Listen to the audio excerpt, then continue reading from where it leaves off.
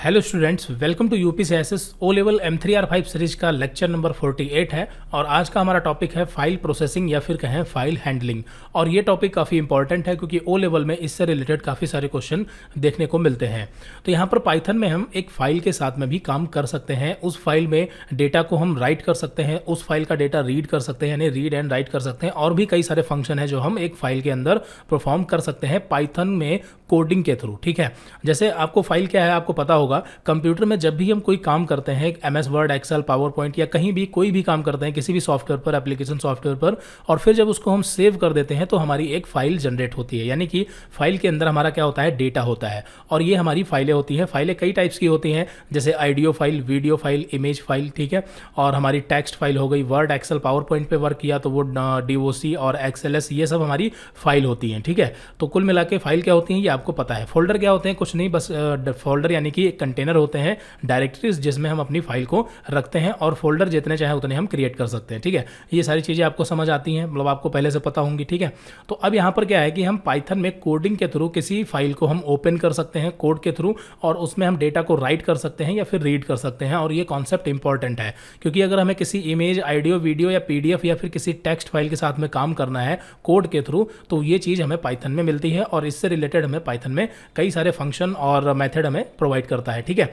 तो यही सारी चीज़ें इसमें यहाँ पर ये डेफिनेशन में बताई गई हैं। और फाइल हैंडलिंग का जो कॉन्सेप्ट है ये दूसरी प्रोग्रामिंग लैंग्वेज में भी है, लेकिन वहाँ पर कॉम्प्लिकेटेड और लेंथी है, जबकि पाइथन में ये कॉन्सेप्ट जो है वो इजी और शॉर्ट है। तो यही सारी चीज़ें इसमें बताई गई हैं, इसे आप पढ़ सकते हैं, इसमें कोई दिक्कत नहीं है। तो यहाँ पर आगे बढ़ते हैं और सीधा यहाँ पर हम प्रैक्टिकल की बात करते हैं। तो फाइल हैंडलिंग यानी कि किसी भी फाइल का डेटा रीड एंड राइट करना, मतलब अगर फाइल में डेटा ऑलरेडी है तो उसे रीड करना या उसमें डेटा को राइट करना, जिसके अलग अलग मेथड हैं, अलग अलग तरीके हैं। तो वो हम कैसे करेंगे, तो ये हम पूरा अभी प्रैक्टिकल देखने वाले हैं।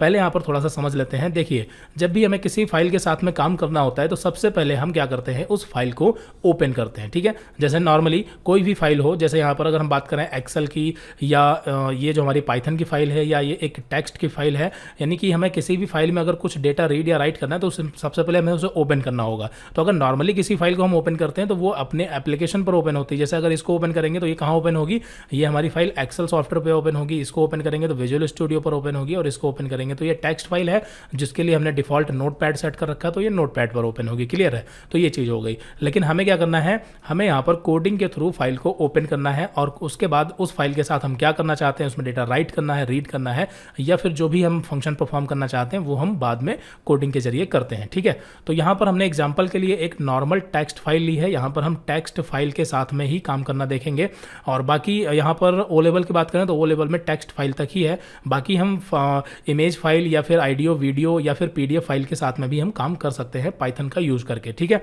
तो यहाँ पर हम टेक्स्ट फाइल का यूज करेंगे। तो ये एक नॉर्मल टेक्स्ट फाइल है, आप भी बना सकते हैं। राइट क्लिक किया, न्यू में गए, और यहाँ पर सीधे टेक्स्ट डॉक्यूमेंट, आप यहाँ पर इसका नाम जो रखना चाहें, जैसे हमने YY रख दिया तो यहाँ पर ये टेक्स्ट फाइल बन गई। इसे हम ओपन करेंगे तो ये नॉर्मली नोटपैड पर ओपन होगी, और इसमें हम जो भी टाइप करना चाहें, अगर ऑलरेडी कुछ लिखना चाहते हैं तो जो भी करना चाहें यहाँ पर कर सकते हैं। ये सारी चीज़ें आपको पता है, इसमें कोई दिक्कत नहीं। फिलहाल इस फाइल को हम डिलीट करते हैं, कैसे बनाना है आपको पता चल गया होगा। ठीक है, तो यहाँ पर हमने एक UPCI नाम की एक फाइल हमने बनाई है, टेक्स्ट फाइल। और यहाँ पर आप देखेंगे इसमें कुछ लाइंस लिखी हुई हैं। Hello students, welcome to UPCSS YouTube channel, thanks a lot for reaching 50K subscribers. मतलब यहाँ पर इतना कंटेंट इसमें हमने लिख रखा है। इसमें आप देखेंगे तो 3 और 1 4 टोटल यहाँ पर 4 लाइनें इसमें दी गई हैं। ठीक है, तो ये चीज़ आपको समझ आ गई। तो ये हमने एक नॉर्मल टेक्स्ट फाइल बनाई है, और ये हमारी फाइल है जिसमें हम कोडिंग करेंगे demo.py, जो कि दोनों की लोकेशन हमारे डेस्कटॉप पर है, यानी कि सेम लोकेशन है। क्लियर है, तो ये सारी चीज़ें हमने बता दी। अब यहाँ पर बात करते हैं प्रैक्टिकल की। तो जैसा कि हमने बताया कि अगर हमें पाइथन में अगर किसी फाइल के साथ काम करना है तो सबसे पहले हमें उस फाइल को ओपन करना पड़ेगा। ठीक है,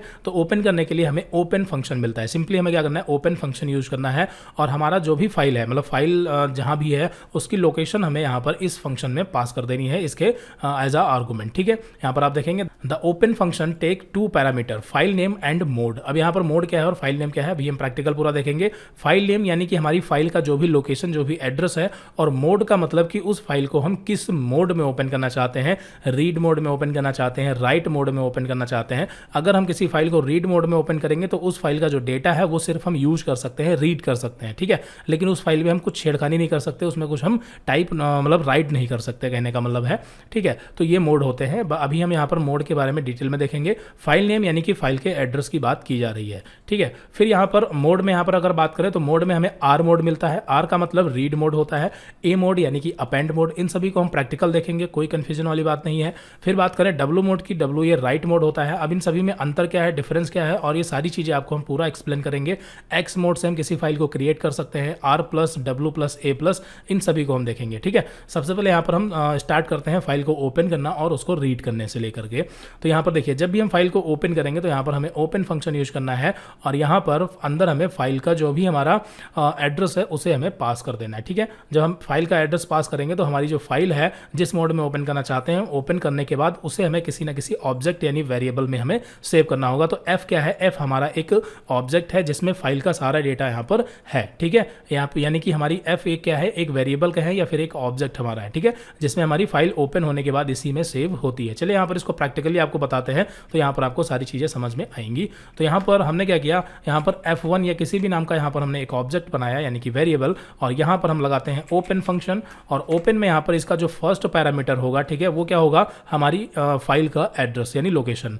तो यहाँ पर जो लोकेशन डालेंगे वो हम सिंगल या डबल कोट में ही रखेंगे, इस चीज़ का आपको ध्यान रखना है। तो हमारी जो फाइल है वो कहाँ पर है, वो डायरेक्टली डेस्कटॉप पर है, ठीक है।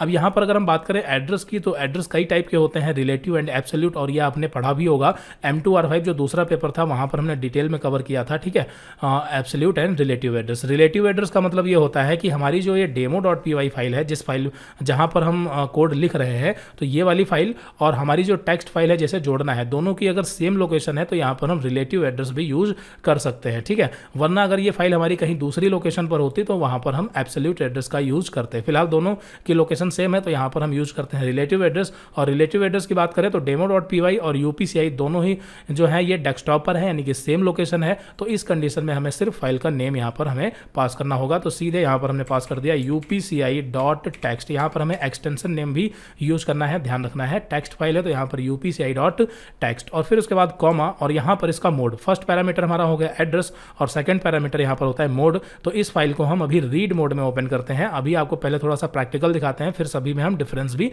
बताएंगे। तो उसे भी हमें सिंगल या डबल कोट में ही रखना है। तो यहाँ पर हमने यूज किया कॉमा, और यहाँ पर हमारा ये हो गया रीड मोड, ठीक है। आर यानी कि रीड मोड के लिए यूज किया जाता है। तो अभी यहाँ पर F1 में हमारी फाइल रीडिंग मोड में यानी कि रीड मोड में ओपन होकर के ये ऑब्जेक्ट में असाइन हो चुकी है।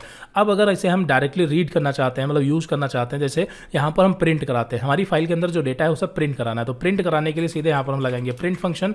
और प्रिंट फंक्शन में यहाँ पर हम लगाएंगे F1.read। F1.read, रीड एक मैथड है, ठीक है, यहाँ पर F1.read। अब F1 क्या है, हमारी फाइल का ऑब्जेक्ट है। तो यहाँ पर F1.read यानी कि जो हमारा F1 ऑब्जेक्ट है इससे हम रीड करना चाहते हैं, तो सीधे F1.read और यहाँ पर पैरेंथेसिस ओपन एंड क्लोज, और बस यहाँ पर इसको हम सेव करते हैं, प्रोग्राम को रन करेंगे। तो यहाँ पर आप देखेंगे फाइल के अंदर जो भी लिखा था वो यहाँ पर आपके सामने प्रिंट हो रहा है। कहने का मतलब सीधा है कि F1.read से जब हम डेटा रीड करते हैं तो उसे हम प्रिंट कर सकते हैं, या जो करना है वो हम कर सकते हैं, ठीक है। बात समझ में आ गई। अब हम कोई जरूरी नहीं कि इसको प्रिंट करें, यहाँ पर F1.read मेथड का यूज करके हम चाहें तो इस फाइल का डेटा किसी वेरिएबल में भी हम यूज असाइन कर सकते हैं। जैसे के नाम का एक वेरिएबल बना दिया सिंपली हमने। तो अभी के में क्या होगा कि इस फाइल का जो डेटा है वो रीड होकर के के में स्टोर होगा, और अब यहाँ पर हम के को प्रिंट कर सकते हैं, ठीक है। यहाँ पर हम के को प्रिंट कर सकते हैं। देखिए यहाँ पर हमने के को प्रिंट किया और यहाँ पर सेव करते हैं, रन करेंगे तो आप देखेंगे कि यहाँ पर सारा data as it is print हो रहा है। बात समझ में आ गई। तो यहाँ पर हम उसको रीड करके डायरेक्टली प्रिंट कर सकते हैं, या रीड करके किसी वेरिएबल में असाइन करके उस वेरिएबल को आगे हम यूज कर सकते हैं। और ये जो के है इसका टाइप अगर हम चेक करें तो इसका टाइप होगा स्ट्रिंग, ठीक है। टाइप क्या होगा इसका, स्ट्रिंग यानी कि str। बात समझ में आ गई। फाइल का जो भी डेटा है वो रीड होने के बाद अगर हम किसी वेरिएबल में असाइन करेंगे तो उस वेरिएबल का जो टाइप होगा वो क्या होगा, str होगा। बात समझ में आ गई, क्लियर है। वो एक स्ट्रिंग के फॉर्म में असाइन हो जाती है। ये बात आपको समझ आ गई। तो यहाँ पर हमने फाइल को ओपन किया, किस मोड में ओपन किया, रीड मोड में ओपन किया, ठीक है। तो ये चीज़ आपको समझ आ गई। चलिए वापस आते हैं नोट्स की तरफ और फिर आगे बढ़ते हैं यहाँ पर। तो इस तरीके से हम फाइल को ओपन करके उसे हम रीड कर सकते हैं। अब यहाँ पर आप देखेंगे तो इसमें यहाँ पर देखिए आर मोड जो है यानी आर ये रीडिंग मोड के लिए है, ए यानी अपेंड के लिए है, ठीक है। तो अभी हमने आर मोड में फाइल को ओपन किया था तो ये रीड मोड में ओपन हुई थी, उसमें हम सिर्फ डेटा रीड कर सकते हैं, और अगर हम चाहें कि उस फाइल में कुछ डेटा राइट करें तो ऐसा नहीं कर सकते हैं, ठीक है। बाकी इसका दूसरा मोड भी है अपेंड मोड, और यहाँ पर डब्ल्यू यानी कि राइट मोड, एक्स यानी कि फाइल को अगर हमें क्रिएट करना है तो हम एक्स मोड का यूज करके फाइल को क्रिएट भी कर सकते हैं। तो यहाँ पर अब अगर हम डिटेल में पढ़ें तो देखिए आर यानी कि रीड, जो कि डिफॉल्ट वैल्यू होती है। डिफॉल्ट वैल्यू का मतलब क्या होता है समझिए, अगर यहाँ पर हम फाइल में यहाँ पर दूसरा पैरामीटर पास नहीं करते हैं तो हमें एरर नहीं मिलेगी। यहाँ पर इसका जो फर्स्ट पैरामीटर होता है ये हमारा जो होता है ये कंपलसरी होता है, बाकी दूसरा जो होता है ये डिफॉल्ट यानी कि ऑप्शनल होता है। तो अगर हम नहीं डालते हैं तो बाय डिफॉल्ट ये फाइल जो है ऑटोमेटिक रीड मोड में ही ओपन होगी, और यहाँ पर देखिए इसका टाइप भी बता रहा है, और अगर हम के को प्रिंट करेंगे तो ये प्रिंट भी होगा, ठीक है। और यहाँ पर अगर हमने फाइल को रीड मोड में रखा है तो हम इसके साथ और क्या नहीं कर सकते ये भी देखेंगे। तो अभी अगर हम चाहते हैं कि इस फाइल में हम डेटा कुछ राइट करें तो यहाँ पर अगर हम f1 डॉट राइट करते हैं, ठीक है, यहाँ पर देखिए f1 डॉट राइट, रीड की जगह यहाँ पर हम राइट मेथड यूज करते हैं। राइट मेथड से हम डेटा राइट कर सकते हैं, और हमें राइट फंक्शन के अंदर इसी में आर्गूमेंट पास करने होंगे, यानी कि जो भी हमें राइट करना है, जैसे हम चाहते हैं 1 2 3 4 ये राइट करना है तो 1 2 3 4 यहाँ पर हमने टाइप किया, और अब यहाँ पर इसको सेव करेंगे, और यहाँ पर इसको जैसे ही हम रन करेंगे तो यहाँ पर एरर मिलेगी, क्योंकि फाइल को हमने जो है यहाँ पर रीड मोड में ओपन कर रखा है। बात समझ में आ गई। और यहाँ पर हम राइट कर रहे हैं तो ऐसा नहीं कर सकते, क्लियर है। तो एक काम करते हैं कि यहाँ पर पहले इस फाइल का डुप्लीकेट बना लेते हैं, ताकि अगर कुछ इस फाइल में कोई भी डेटा डिलीट हो तो यहाँ पर हम उससे रिकवर कर सकें। तो यहाँ पर इसका नाम हमने रख दिया 1, ठीक है, कुछ भी रख देते हैं, ये बस हमारी फाइल हो गई। बाकी अभी यूज़ हम इसी का कर रहे हैं UPCSS का, और इसको ओपन करके दिखाएंगे तो आप देख सकते हैं कि ये डेटा यहाँ पर इसमें टाइप है, ठीक है। तो वापस आते हैं, और अब यहाँ पर इस फाइल को हम क्या करते हैं, कॉमा आर बाय डिफॉल्ट होता ही है, आपको हमने बताया यहाँ पर बाय डिफॉल्ट आर मोड होता ही है। अब यहाँ पर अगर हम आर मोड में भी इसको ऐसे ओपन करेंगे तब भी हमें एरर मिलेगी। रीड कर सकते हैं बट राइट नहीं कर सकते।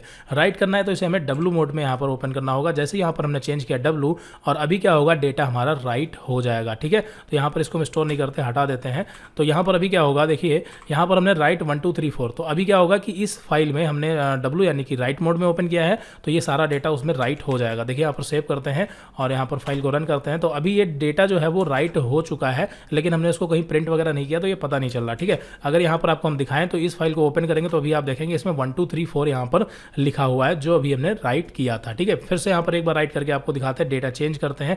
जैसे यहाँ पर हमने कुछ भी यहाँ पर टाइप कर दिया इस तरीके से, तो अभी क्या होगा, यहाँ पर इसको सेव करते हैं, रन करेंगे तो अभी आप फिर से यहाँ पर जाके देखेंगे तो इस यहाँ पर फाइल में ये डेटा यहाँ पर राइट है। अगर हमें यहाँ पर लाइन चेंज करनी है तो इसके लिए हम एस्केप सीक्वेंस का भी यूज कर सकते हैं। देखिए यहाँ से हम चाहते हैं कि लाइन टूट जाए तो यहाँ पर हम /n, ठीक है, और यहाँ पर इस तरीके से, तो यहाँ पर हम एस्केप सीक्वेंस यूज करेंगे तो अभी डेटा जो है 1 2 और ये 3 लाइन में हमारा यहाँ पर राइट हो जाएगा। फिर से हमने प्रोग्राम रन किया, डेटा राइट हो चुका है, और यहाँ पर चलते हैं तो आप देखेंगे तीनों लाइन में यहाँ पर इस तरीके से ये डेटा प्रिंट है। लेकिन यहाँ पर आप एक चीज़ नोटिस करेंगे कि जब भी हम डेटा इसमें राइट कर रहे हैं तो जो हमारा पुराना डेटा है वो डिलीट हो जा रहा है, ठीक है। यहाँ पर जैसे हमने फिर से 85 ऐसे हमने सेव किया और यहाँ पर प्रोग्राम को रन किया, ठीक है। प्रोग्राम रन करना जरूरी है, जब तक आप प्रोग्राम रन नहीं करेंगे तब तक ये राइट नहीं होगा। तो यहाँ पर अभी ये राइट हो चुका है, और 1 मिनट इसको क्लोज करते हैं, फिर से इसको ओपन करेंगे तो अभी आप देखेंगे यहाँ पर 85 लिखा हुआ है, ठीक है। बात समझ में आ गई। तो इससे क्या हो रहा है कि पुराना डेटा हमारा डिलीट हो जा रहा है डब्ल्यू मेथड का, जब हम यूज करते हैं राइट का। और इसमें अभी करंट टाइम में अगर हम रीड यहाँ पर यूज करेंगे तो रीड काम नहीं करेगा, ठीक है। यहाँ पर देखिए हमने रीड मेथड यूज किया और इसको क्लोज करते हैं, और इसको यहाँ पर कट करके सीधे प्रिंट करा देते हैं। इसको हम क्या करते हैं, सीधे प्रिंट कराते हैं। तो इस हिसाब से अगर मान लेते हैं ये रीड होता है तो रीड हो जाना चाहिए, लेकिन रीड नहीं हो रहा है। क्यों नहीं हो रहा है आपको पता है, क्योंकि ये डब्ल्यू मोड में ओपन है। तो आर फिर से लगाते हैं, और अभी ये क्या होगा, अब यहाँ पर इसको रन करते हैं, ठीक है। तो देखिए यहाँ पर अभी कोई एरर नहीं है, लेकिन इसमें कोई भी डेटा रीड नहीं हो रहा है, क्योंकि इस फाइल में आई थिंक कोई भी डेटा यहाँ पर टाइप नहीं है। देखते हैं यहाँ पर इसको ओपन करके, देखिए इसमें कोई भी डेटा नहीं है, कोई नहीं, ठीक है। तो ये चीज़ आपको समझ में आ गई, रीड एंड राइट मेथड। अब यहाँ पर एक चीज़ और, जैसे यहाँ पर अभी हमारी फाइल जो है वो सेम लोकेशन पर है, तब तो यहाँ पर इस तरीके से हमने एड्रेस दे दिया। लेकिन मान लेते हैं कि ये फाइल यहाँ पर नहीं है, इसको हमने कट किया और सीधे यहाँ पर चले गए दिस पीसी और डी ड्राइव, और यहाँ पर हमने एक फोल्डर बनाया, यहाँ पर हमने एक फोल्डर बना लिया न्यू नाम का, ठीक है। न्यू नाम का फोल्डर बनाया और इस यहाँ पर हमने फाइल रखी। अब इस फाइल को अगर हमें जोड़ना है तो आपको पता है इसका एड्रेस क्या होगा। इसका जो एड्रेस होगा वो एब्सोल्यूट एड्रेस होगा। पहले हमें डी ड्राइव में जाना है, डी ड्राइव में जाने के बाद न्यू फोल्डर में जाना है, और फिर यहाँ पर हमें फाइल मिलेगी। तो ये इसका एड्रेस हो गया। तो ये एड्रेस टाइप करने के लिए सिंपली यहाँ पर हमें क्या करना है, कैपिटल लेटर डी होगा, ठीक है। फिर उसके बाद यहाँ पर कॉलन, फिर यहाँ पर हमारा रहेगा बैकस्लैश, और हमारे फोल्डर का नाम क्या है, न्यू। तो यहाँ पर न्यू फोल्डर में गए, फिर यहाँ पर बैकस्लैश, और हमारी फाइल का नाम क्या है, UPCI.txt, ठीक है, टेक्स्ट। क्लियर है? तो ये चीज़ आपको समझ में आ गई। तो ये हमारा पूरा एड्रेस इस तरीके से हुआ, लेकिन इसको सेव करके रन करेंगे तो अभी हमें एरर मिलेगी। क्यों मिलेगी? क्योंकि यहाँ पर क्या हो रहा है कि जब हम \n यूज कर रहे हैं तो यहाँ पर ये एक एस्केप सीक्वेंस बन जा रहा है। ठीक है, \n क्या बन जा रहा है? Escape sequence. तो यहाँ पर क्या कर सकते हैं, एक काम कर सकते हैं कि हम डबल \/ यूज कर ले। क्या यूज कर ले? डबल \/ तो अभी यहाँ पर हमें एरर नहीं मिलेगी। ठीक है, अभी भी यहाँ पर हमें एरर मिल रही। हमें क्या करना होगा कि यहाँ पर दोनों जगह डबल \/ का इस तरीके से यूज करना होगा, जिससे हमारा एस्केप सीक्वेंस तो बनेगा, लेकिन ये एस्केप सीक्वेंस का मतलब पता है कि यहाँ पर जब हम डबल \/ यूज करते हैं तो इसका मतलब सिंगल \/ ही होता है। ठीक है, तो यहाँ पर हमें एरर नहीं मिलेगी। या फिर इसका दूसरा सोल्यूशन है, वो क्या है? Raw string. ठीक है, वो क्या है? Raw string. तो यहाँ पर हमें क्या करना है, दोनों सिंगल कोट के बाहर यहाँ पर हमें सिर्फ R लगा देना है, R यानी कि रॉ स्ट्रिंग। अब इसमें क्या होगा कि इसमें जो भी सीक्वेंस कैरेक्टर होंगे वो यहाँ पर नॉर्मल रॉ स्ट्रिंग में कन्वर्ट हो जाएंगे और यहाँ पर ये एस्केप सीक्वेंस इसके अंदर काम नहीं करेंगे। ठीक है, तो यहाँ पर देखिए अभी भी कोई एरर नहीं है। ठीक है, बात समझ में आ गई। तो इस तरीके से हम, अगर हमारी फाइल किसी दूसरी लोकेशन पर है तो हम यहाँ पर जोड़ सकते हैं, और अगर यहाँ पर \/ यूज करते समय एस्केप सीक्वेंस जनरेट हो रहा है तो हम रॉ स्ट्रिंग यानी कि R का इस्तेमाल कर सकते हैं। ठीक है, अब एक काम करते हैं, उस फाइल को वापस फिर से डेस्कटॉप पर ही ले आते हैं।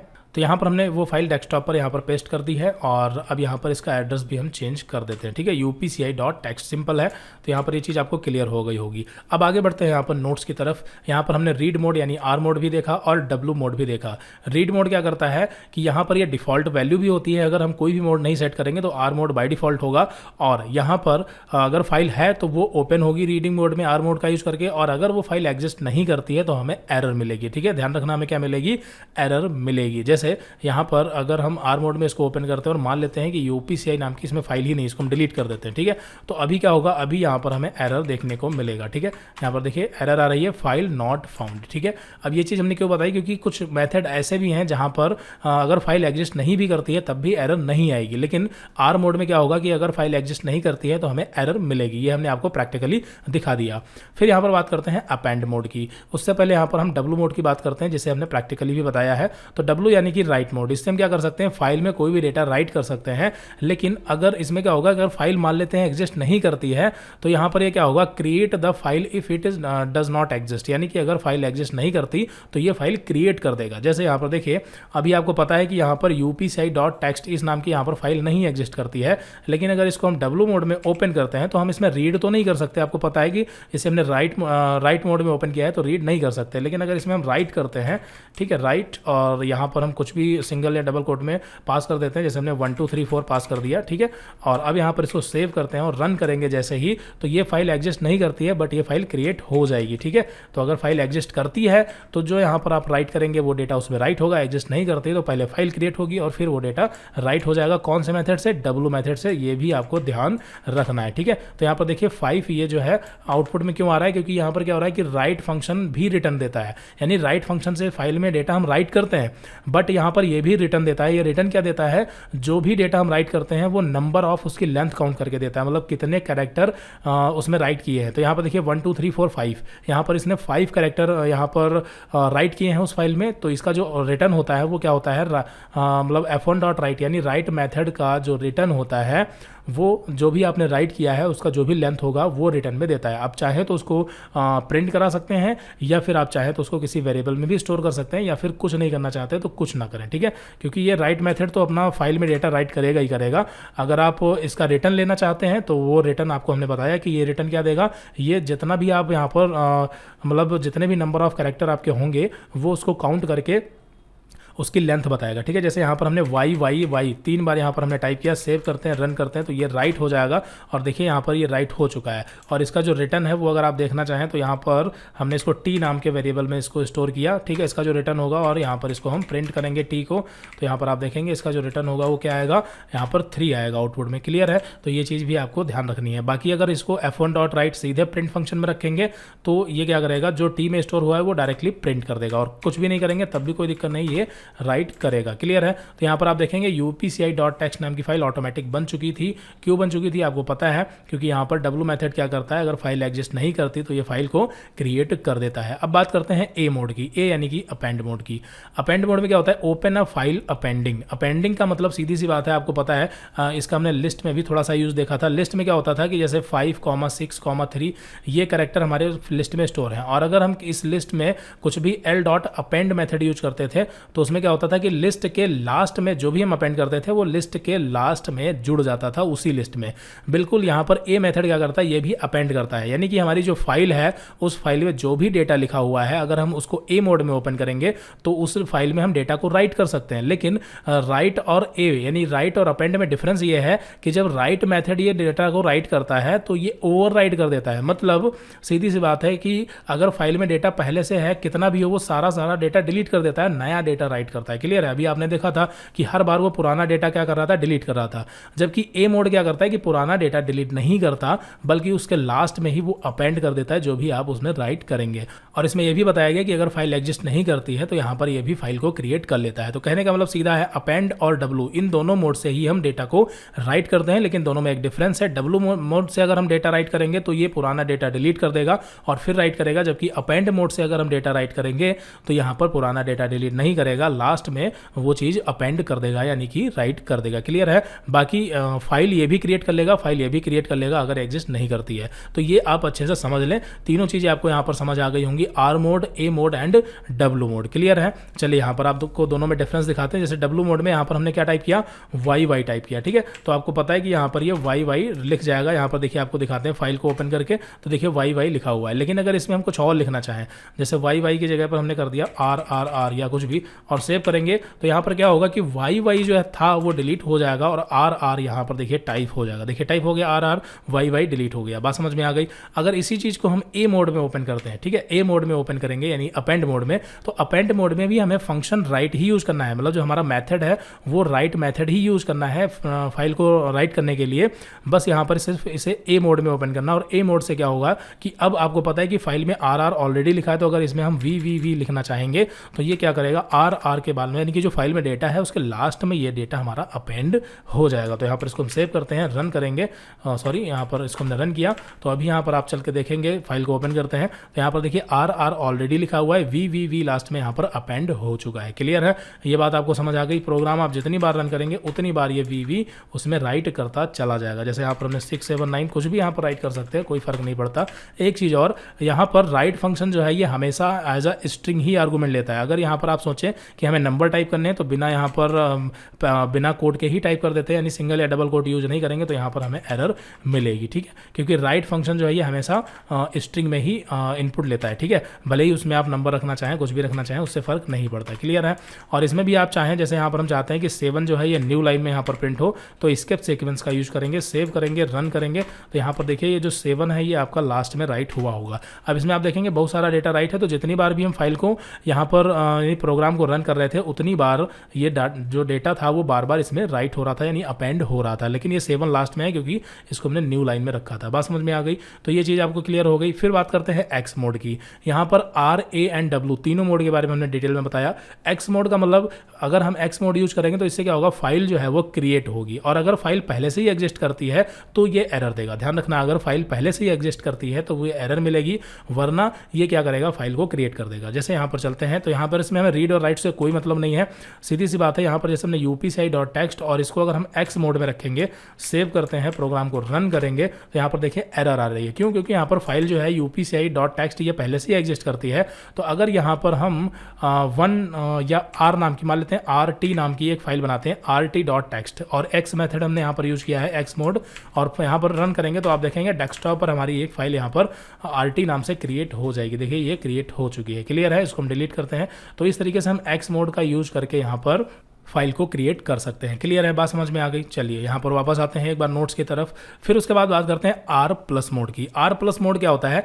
R+ मोड में अगर हम फाइल को ओपन करते हैं तो इसमें हम डेटा को रीड एंड राइट दोनों कर सकते हैं, यानी रीड भी कर सकते हैं और राइट भी कर सकते हैं। चलिए यहाँ पर देखते हैं, R+ मोड में ओपन करते हैं तो यहाँ पर हमने लगाया R+ मोड, और अब हम क्या कर सकते हैं कि इस फाइल का डेटा रीड भी कर सकते हैं। जैसे यहाँ पर हमने प्रिंट फंक्शन यूज किया, F1.read। ठीक है, अब यहाँ पर इसको सेव करते हैं, रन करेंगे तो यहाँ पर देखेंगे पहले तो error I, file not found. अच्छा, RT नाम की यहाँ पर इसका नेम चेंज करते हैं UPCI। ठीक है, UPCI.txt, इसको सेव किया, रन किया तो अभी आप देखेंगे उस फाइल में जो भी यहाँ पर टाइप था वो यहाँ पर रन हो रहा है। क्लियर है? बाकी रीड करने के बाद हम इसमें चाहें तो राइट भी कर सकते हैं। राइट करने के लिए सिंपली यहाँ पर हमने क्या किया, F1.write। ठीक है, F1.write, और यहाँ पर जो भी राइट करना चाहें, जैसे यहाँ पर हमने राइट कर दिया, मान लेते हैं UPCI कंप्यूटर, ठीक है, यूपीसीआई कंप्यूटर यहाँ पर हमने इसमें राइट किया। तो हम रीड भी कर रहे हैं और राइट भी कर रहे हैं। ये कैसे है, क्योंकि R+ मोड जब हम यूज़ करते हैं तो रीड एंड राइट दोनों कर सकते हैं। क्लियर है, बात समझ में आ गई। अच्छा देखिए, हमने फाइल को राइट करने से पहले भी रीड किया है। काम करते हैं, इसको कॉपी करते हैं और फाइल में राइट करने के बाद में फिर से एक बार इसको रीड करते हैं, फिर आपको दिखाते हैं इसमें क्या डिफरेंस है। तो देखिए, पहले यहाँ पर क्या हुआ, फाइल का डेटा रीड हुआ, ठीक है। फिर उसके बाद क्या हुआ, राइट हुआ, ठीक है।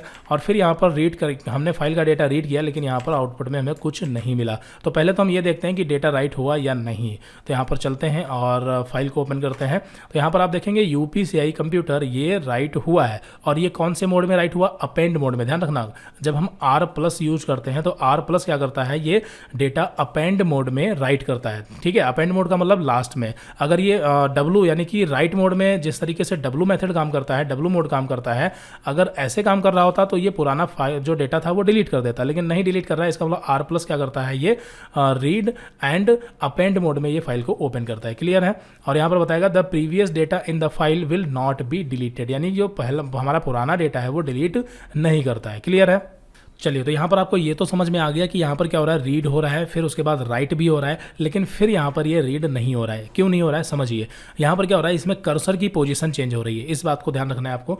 कर्सर की पोजीशन का मतलब ये है कि सबसे पहले तो फाइल ओपन हुई, फिर उसके बाद फाइल क्या हुई, रीड हुई। तो फाइल जब रीड मेथड क्या करता है, जब फाइल को रीड करता है तो कर्सर की पोजीशन चेंज कर देता है। बाय डिफॉल्ट कर्सर की पोजीशन 0 पर होती है, यानी कि स्टार्टिंग में होती है। फिर जैसे जैसे यहाँ पर रीड मेथड क्या करता है, डेटा को रीड करता जाता है लाइन बाय लाइन या कैरेक्टर बाय कैरेक्टर, लास्ट तक पूरा डेटा रीड कर लेता है। और लास्ट में जब रीड करता है तो कर्सर की पोजीशन लास्ट में होती है हमेशा, ठीक है। जब यहाँ पर हम रीड मेथड यूज करेंगे तो हमारा जो कर्सर होगा वो कहाँ होगा, हमेशा लास्ट में होगा। बात समझ में आ गई। तो जब कर्सर लास्ट में होगा तो यहाँ पर जब हम next time read method use करेंगे तो यहाँ पर कर्सर के आगे कुछ भी नहीं होगा। चलिए यहाँ पर इसको दूसरे तरीके से आपको समझाते हैं।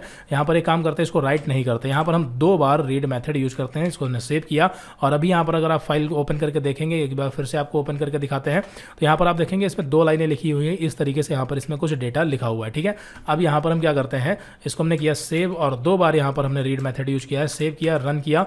तो यहाँ पर आप देखेंगे एक बार यहाँ पर सिर्फ रीड मेथड ने पूरा डेटा रीड किया और प्रिंट किया, लेकिन दूसरी बार यहाँ पर रीड मेथड काम नहीं कर रहा है। क्यों नहीं कर रहा, काम कर रहा है, बट एक्चुअली क्या हो रहा है कि जब इसने फर्स्ट टाइम डेटा रीड किया फर्स्ट वाले मेथड ने, तो ये कर्सर की पोजीशन इसकी लास्ट में पहुंच गई, ठीक है। और फिर उसके बाद जब अगला रीड मेथड है तो वो क्या करता है, कर्सर के राइट साइड में जो डेटा है उसको रीड करता है। अब राइट में तो है ही नहीं, क्योंकि यहाँ पर जो पहला वाला रीड मेथड हमारा है वो क्या कर रहा है, कर्सर की पोजीशन लास्ट में आके सेट कर दे रहा है। बात समझ में आ गई। तो ये चीज़ आपको क्लियर हुई। कर्सर की पोजीशन का मतलब ये नहीं है कि यहाँ पर हमने कर्सर, तो देखिए यहाँ पर अभी कहाँ पर है, स्टार्टिंग में है। इससे फर्क नहीं पड़ता, आप स्टार्टिंग में रखें, इससे फर्क नहीं पड़ता।